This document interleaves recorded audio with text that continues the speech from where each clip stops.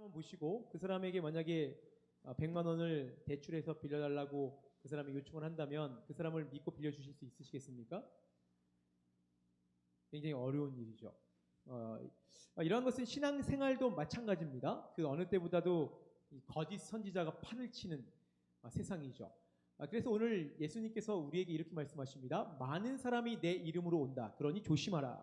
라고 오늘 본문에서 말씀하시죠. 본문을 풀었으면 이렇게 됩니다. 예수께서 말씀하셨다. 사이비 종말론자를 조심하여라. 많은 지도자들이 정체를 숨기고 나타나서 내가 그다 라고 하거나 또는 종말이 가까이 왔다고 주장할 것이다. 그런 말에 절대로 속지 말라라고 오늘 말씀을 풀어서 설명할 수 있습니다. 자, 본문 말씀은 제자들이 종말의 징조에 관해 예수님께 물었을 때 답하신 첫 번째 내용입니다. 이 본문을 필두로 종말이 되면 전쟁이 나고 폭동이 일어날 것이고 지진과 기근 같은 말세의 징조들이 차례대로 나타날 것이다. 그렇게 말씀을 하시는 거죠. 물론 그때와 시는 그 누구도 알 수 없습니다. 그럼에도 한편 그러고 보면 그 어느 때보다 예수를 대신할 만한 거짓 사도들이 대거 등장하는 이 시기가 어쩌면 종말의 시작은 아니겠는가 그런 생각을 개인적으로 자주 하게 됩니다. 가끔씩 폭탄도 터지고 지진이나 홍수, 기근 같은 것도 더 자주 일어나기도 하고요. 그러니 조심하십시오. 여러분이 생각지 못할 때에 예수님께서 다시 오실 겁니다. 오셔서 여러분에게 물으신다면 그때 뭐라고 대답하시겠습니까?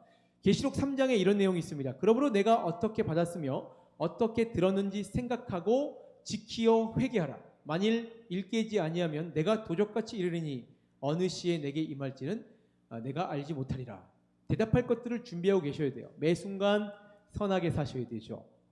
자, 지난 주일에 나누었던 것처럼 성경에서 거짓 사도를 말할 때는 단지 다른 복음을 말하는 이 어떤 사람들뿐만 아니라 예수 그리스도 곧 구원자의 이름으로 우리를 미혹할 만한 모든 것들을 가리켜 거짓 사도라고 성경은 통칭해서 말합니다.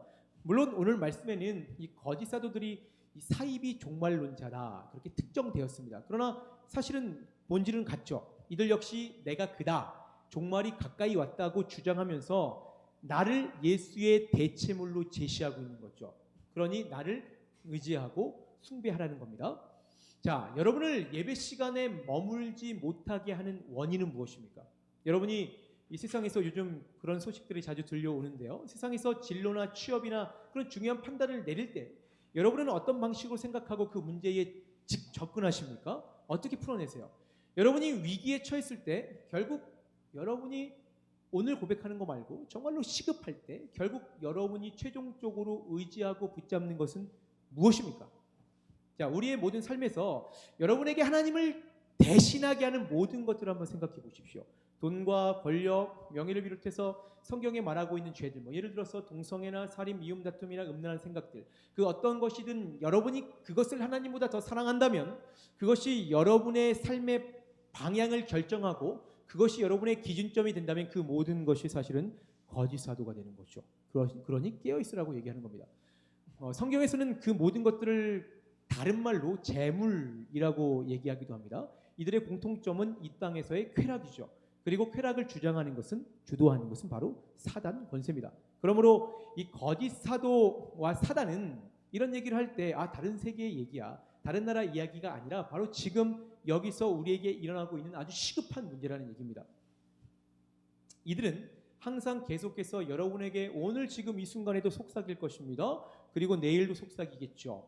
나를 따르라. 그러면 너에게 구원을 줄 것이다. 라고 얘기를 합니다. 예수님께서 공생의 직전, 신약으로 넘어와서 마태복음으로 한번 가보겠습니다.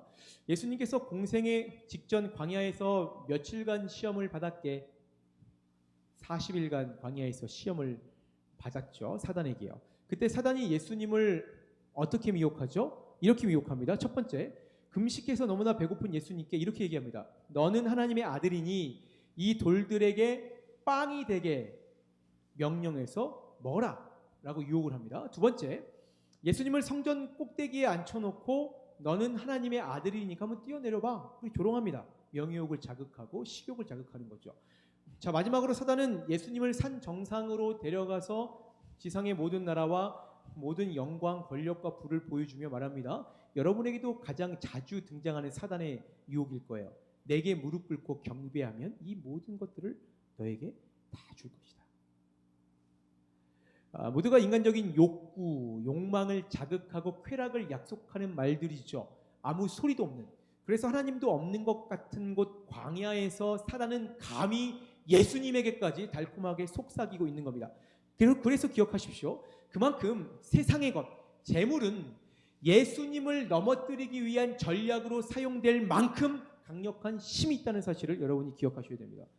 제가 지난 주일에 여러분에게 재물의 힘을 결코 무시하지 말라고 당부드린 적이 있습니다. 이 정도 허용한다고 신앙을 잃겠어? 이 정도쯤이야 라고 생각하는 순간 여러분은 시급하게 여러분의 신앙 상태를 점검하셔야 됩니다. 마가복음 13장에 거짓 그리스도들과 거짓 선지자들이 일어나 이적과 기사를 행하여 할 수만 있으면 정말 놀라운 구절이 이어집니다. 택하신 자들, 구원받은 자들도 미혹하려 하리라. 우리가 아무리 영적으로 강건하더라도 우리 역시 언제고 넘어질 수 있다는 것을 여러분이 잘 알고 계셔야 된다는 얘기예요.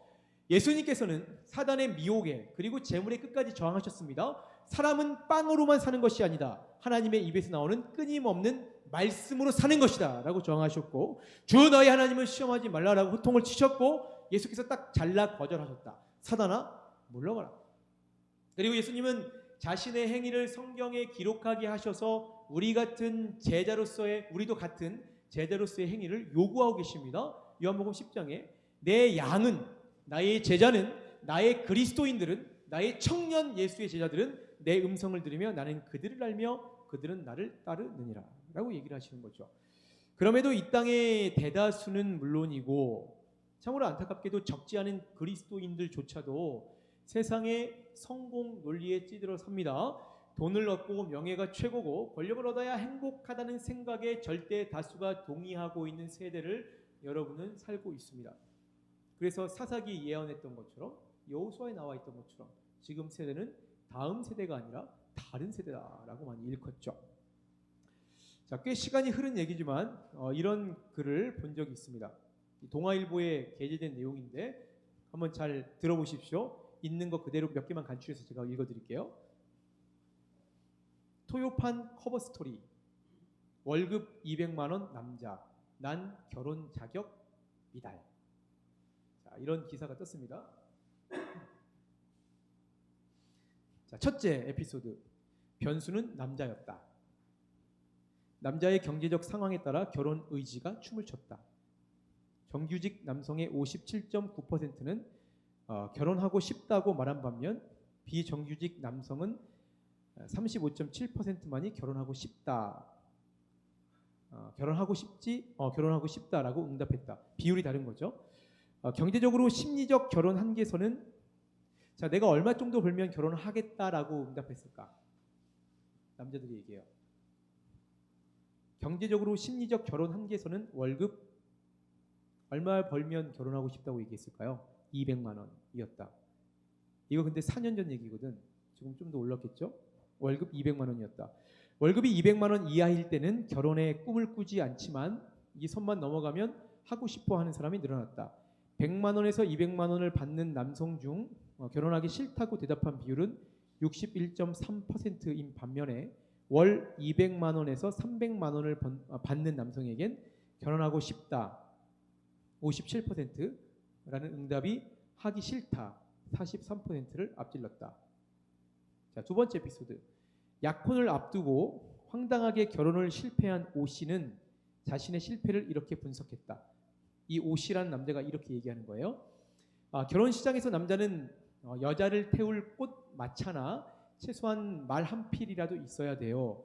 같이 걷자는 그렇게 하는 말은 안 먹혀요. 연애는 결국 은근슬쩍 상대의 경제력, 집안 배경을 파악하는 기간이더라고요. 자, 에피소드 3. 올해 초 웨딩 컨설팅 업체 듀오 웨드에서 발표한 2016년 결혼 비용 보고서에 따르면 남성은 결혼 비용으로 평균 1억 5,231만 원을 썼다. 총 결혼 비용 2억 3,798만 원 가운데 64%를 부담한 셈이다. 자, 벌써 4년 전 얘기니까 아마 모두가 예상하듯이 지금은 이보다 상황이 더 어려워졌겠죠. 자, 결혼은 노동과 함께 하나님께서 인간을 위해 정하신 거룩하고 성스러운 제도입니다. 그런데 이것이 어느새 돈과 쾌락이라는 세상의 가치에 사단의 미혹에 따라 이 죄에 침식하고 타락해 버리고 있는 세대를 우리가 살고 있는 거죠. 제가 예전에 계산을 해보니까 그냥 재미삼아 교육전도사 때 교육전도사가 1억을 벌기 위해 얼마나 시간이 걸릴까를 계산해 본 적이 있습니다. 계산해 보니까 교육전도사 때 제 봉급을 가지고 밥 안 먹고 먹고 싶은 거 안 먹고 안 사고 그냥 한 옷만 입고 숨만 쉬고 100년 벌면 1억 딱 벌 수 있습니다. 1억 100년. 뭐 그런 엄청난 돈이 요즘에는 없으면 결혼을 못 한다는 얘기예요. 요즘에는 아무리 사랑해도 돈이 없으면 거부됩니다. 남자와 여자의 언약적 연합이라는 결혼이라는 것이 내 가슴이 더 이상 뛰지 않으면, 그래서 사랑이 식었다며 언제든 갈라설 수 있는 일회적인 행사가 되어버렸습니다. 그리고 갈수록 정말 무서운 것은 누가 와도 문제투성인 세상의 논리가 어느새 사단의 미혹과 주장대로 그냥 그럴 수 있는 일들이야, 당연한 거지, 그냥 괜찮은 일들, 그렇게 해야 참 행복을 찾을 수 있는 그야말로 진리처럼 되어버렸다는 사실이죠. 오히려 그걸 거부하고 예수의 편에 서서 성경적 가치를 말하면, 십자가가 진리라고 얘기하면 그것이 잘못된 거야, 고쳐야 돼 라고 얘기하면 이제는 그것이 오히려 거짓이 되어버리고 인싸가 아닌 아싸가 되어버리는 세상에 직면하게 된 거죠. 사실상 이 나치즘을 기획한 히틀러 말고 이 두뇌가 있었습니다. 파울 요제프 괴벨스라는 사람이 있습니다. 그가 주창한 아주 중요한 이론이 있는데 이거예요. 거짓을 말하면 처음에는 부정하고 다음에는 의심하나 계속하면 나중에는 믿게 된다. 나치. 자, 히틀러의 유혹에 이성적인 독일 사람들은 처음에는 부정했습니다. 말도 안 되는 얘기죠. 그러나 끊임없는 설득과 주장에 나중에는 의심하더니 결국 그의 열광적인 지지자가 되어버렸습니다. 그래서 그들은 결국 이 수천만 명을 학살하는 이 살인자 집단이 되어버린 거죠. 자, 세상의 거짓 사도들은 오늘도 여전히 자기가 예수라고, 너희에게 내가 구원을 줄 수 있다고 우리에게 속삭입니다. 우리 역시 처음에는 부정하죠. 예수 그리스도가 왕이고 예수가 진리다. 그러나 그 거짓이 계속되다 보니, 그리고 다수가 거기에 넘어가다 보니까 어느 순간 나도 모르게 그것을 믿게 되고 신봉하게 되어버렸습니다. 거기에 정말 진리가 있고 행복을 찾을 수 있다고 그리스도인들조차 착각하고 사는 거죠. 그런데 참 이상한 것은 갈수록 전보다 더 많은 사람이 부를 얻었고 이전보다 조금 더 명예를 소유했고 사람들은 이전보다 조금 더 쾌락의 극치를 즐기고 있는데, 그래서 세상이 말하는 진리를 잡고 있는데 이상하죠. 그럴수록 우울증 환자가 늘고 있어요. 자살자가 늘고 있습니다. 폭행이나 살인, 범죄 같은 그런 사회적 문제들이 판을 치고 있다는 사실이죠. 왜 그럴까요? 진리를 소유했는데. 자, 세상은 자기가 진리라고 얘기합니다. 세상의 재물을 얻을 때 우리는 비로소 행복할 수 있다고, 그게 성공이라고 떠들어댑니다. 그러나 우리는 세상에서 그렇게 성공해도 세상에서 행복할 수 없습니다. 세상에서 우리는 위안을 얻을 수 없죠. 왜냐하면 그 속에 진리가 없기 때문이에요. 갈수록 이상하고 엉망진창인 세상이 그걸 대변하고 있어요. 자, 얼마 전에 영화로 제작된 그 꾸페시의 행복 여행이라는 책이 있습니다. 저는 책을 봤는데 이 사람이 이제 르로르라는 그 실제로 프랑스 파리에서 정신과 의사 활동을 하고 있는 사람이에요. 근데 이 소설 속에 등장하는 꾸페라는 사람도 정신과 의사거든요. 이 꾸페라는 프랑스 파리의 정신과 의사가, 이 소설이 무슨 내용이냐면 진정한 행복이 무엇인지에 대해 찾아가는 그런 여행담을 기록한 책이거든요. 여러분 왜 직장 취업에 그렇게 목매다십니까?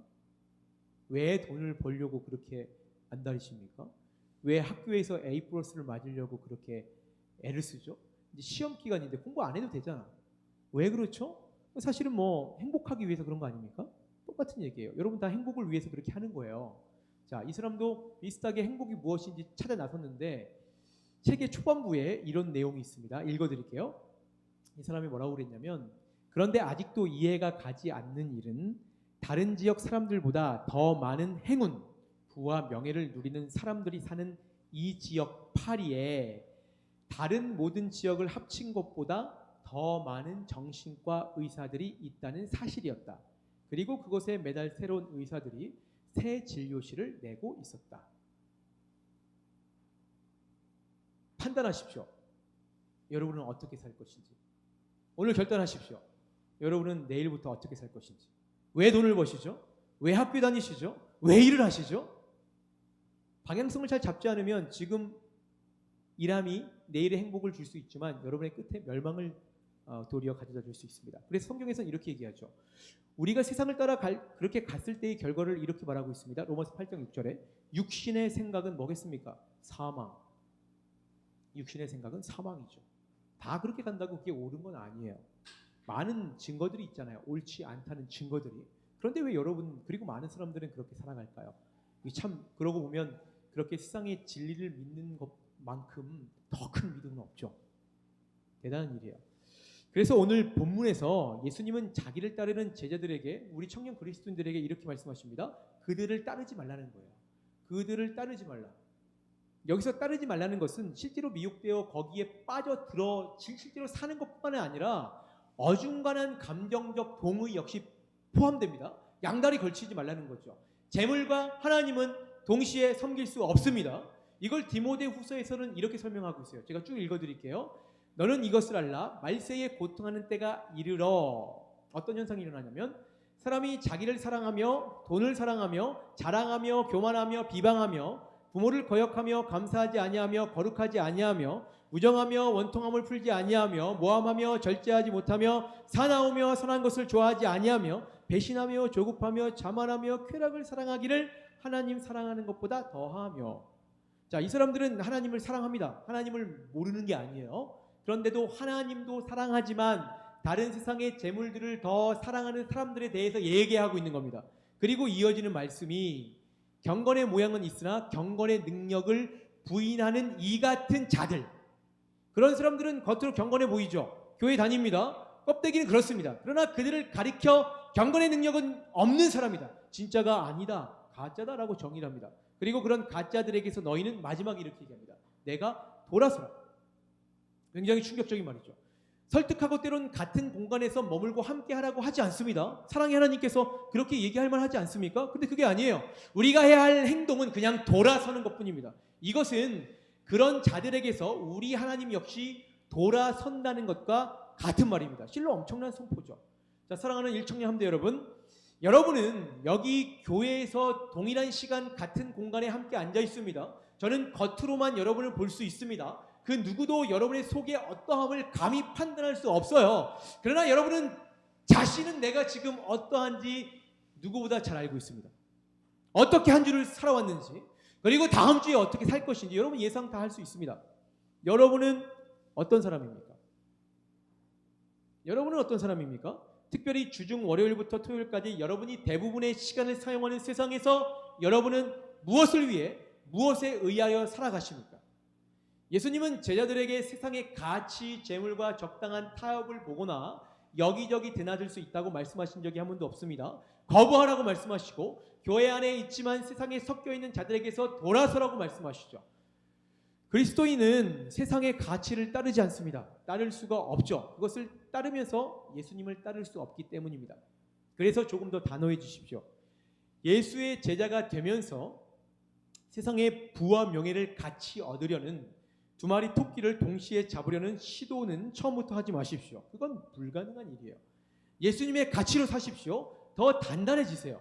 이 세상에서 어떻게 하면 조금 더 지혜롭게 사람을 잃지 않고 얻어내면서 그렇게 살 수 있을지 치열하게 고민하십시오. 흘러가는 대로 살지 마시고요. 그렇게 살다 보면 하나님께서는 여러분을 때로 부하게도 하시고 그렇지 않게도 하실 것입니다. 그러나 그 모든 길에 우리 주님께서 여러분과 동행하시고 놀라운 일에 여러분을 사용하실 것입니다. 결국 모든 것은 주에게서 나오고 주로 말미암고 주로 다시 돌아가는 거예요.